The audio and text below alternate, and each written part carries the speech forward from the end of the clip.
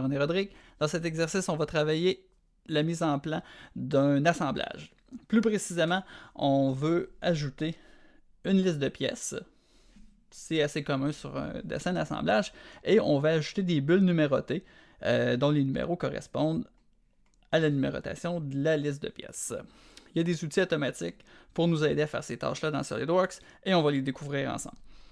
On va basculer tout de suite dans l'onglet Exercice après avoir observé un petit peu qu'est-ce qu'on a à reproduire. Je vais commencer, disons, par la liste de pièces.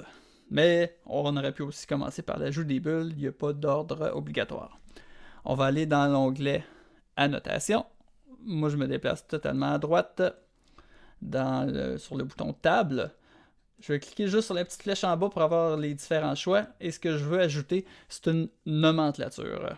Donc, Table générale va simplement nous ajouter un tableau vide. Nomenclature, ça va nous permettre d'ajouter, comme dans le modèle à reproduire, un tableau avec automatiquement, ça va nous donner le numéro des pièces. Donc, un numéro séquentiel, donc de 1, 2, 3, 4 en montant. Le nom des pièces, la quantité, et on pourrait rajouter des colonnes là, pour d'autres informations. On va se limiter à ces 3 colonnes-là pour tout de suite. Donc, je clique sur nomenclature. Il me demande de sélectionner une vue du modèle. Donc, on va sélectionner une vue du modèle, n'importe quelle vue qui représente l'assemblage avec lequel on veut travailler. Donc, j'ai seulement une vue dans mon dessin, ça va assez bien. Je clique dans cette vue-là. J'ai des modèles de table qui peuvent être faits par vous-même ou quelques modèles qui sont fournis dans SolidWorks. BOM standard.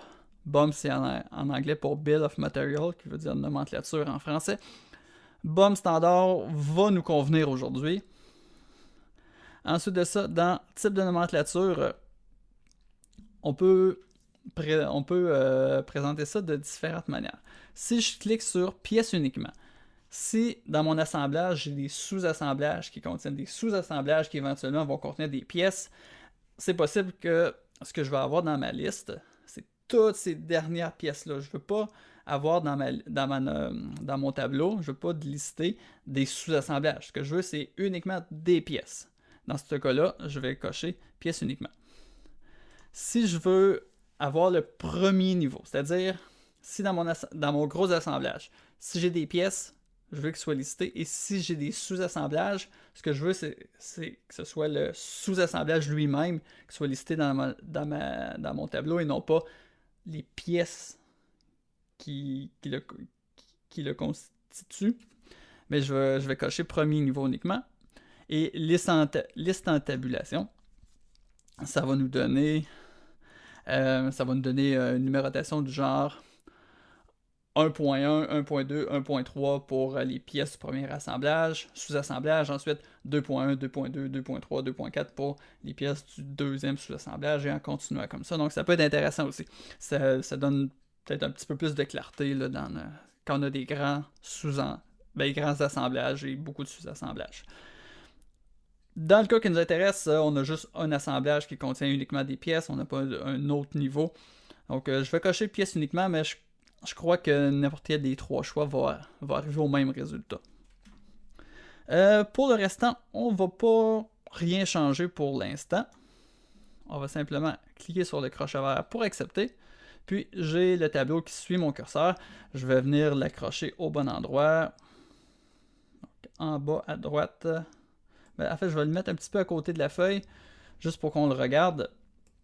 Donc, les numéros de 1 à 8, il y a 8 pièces différentes dans mon assemblage. Il y a des pièces qui ont plus qu'une occurrence. Donc, dans la colonne quantité, le nombre de fois que les pièces reviennent, c'est indiqué. Ça, c'est compté automatiquement.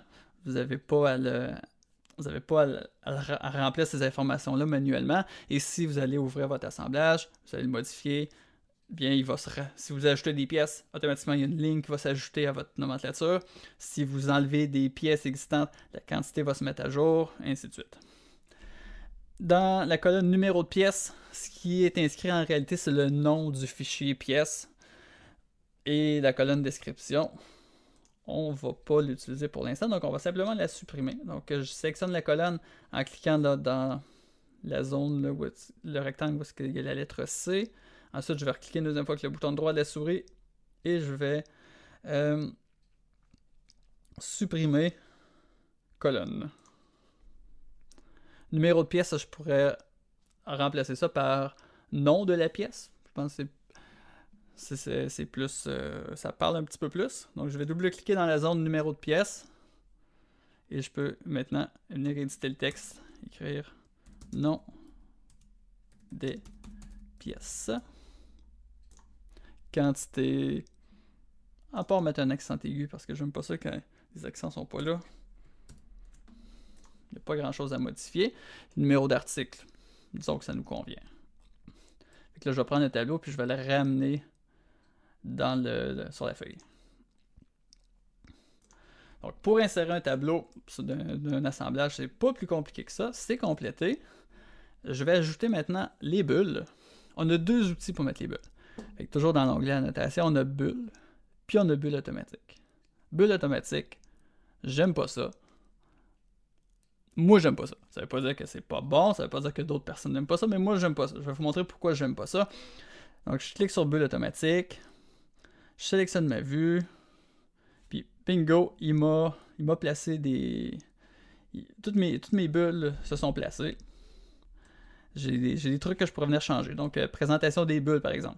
Mais je pourrais venir les mettre mes bulles en haut. Je pourrais venir mettre mes bulles par en bas. Mettre les bulles tout le tour. Peu importe, je suis jamais content de comment ils sont présentés. Je suis peut-être têteux, je vais l'assumer, je vais vivre avec, mais c'est jamais exactement comme je veux. Là, j'ai... Qu'est-ce que ça pointe là? Est-ce que la bulle numéro 3, que là, je peux zoomer, mais c'est une feuille 8,5 par 11 imprimée, ben, est-ce que la bulle numéro 3 pointe la tige filetée ou elle pointe l'écrou? La 8 puis le 3, ils pointent quasiment le même point. Puis des fois, la bulle 5, c'est encore pire. Qu'est-ce qu'elle pointe elle? Je le sais pas. Fait que ça m'agace énormément. Puis la bulle 6, il me l'a mis en plein milieu de mon cartouche. Fait que personnellement, j'utilise jamais bulle automatique. Je vous le présente. Il existe. C'est sur des assemblages peut-être assez simples ou si ça vous dérange pas de retravailler pour replacer les bulles, replacer où est-ce que les flèches y pointent, ça va être correct. Mais je préfère utiliser l'outil de bulle manuel. Donc simplement, je vais aller cliquer sur les pièces et je vais pouvoir cliquer soit sur une surface ou sur une arête. Si je clique sur une arête, par défaut, ça va me donner une flèche. Ici. Si je clique sur une surface, par défaut, ça va me donner un point. Donc déjà là, ça me donne un outil de plus pour augmenter ma clarté versus le bulle automatique. Il faut faire preuve de jugement. Donc là, je viens de mettre deux bulles qui pointent la même pièce, qui ont le même numéro. Ben, c'est sûr qu'il faudrait que je fasse attention à ça. Sinon, si je continue, ben, je peux décider du meilleur endroit pour venir mettre une bulle. La poulie, je pense que si je le mets ici, on voit très bien qu'est-ce que ça pointe. Les écrous, peut-être que si je la mettais ici en arrière, ça pourrait être bien. La tige filetée, ben, je ne la mettrais pas sur celle-là, elle ne dépasse pas, mais tandis que celle-là ici, je pourrais cliquer sur la surface, on voit très bien qu'est-ce que c'est. Le crochet.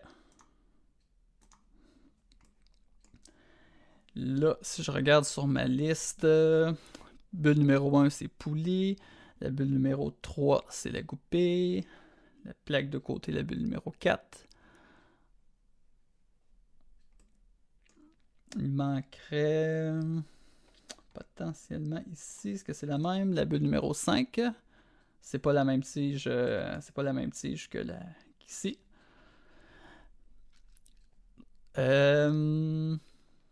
Les écrous. Est-ce que j'ai les écrous? Oui.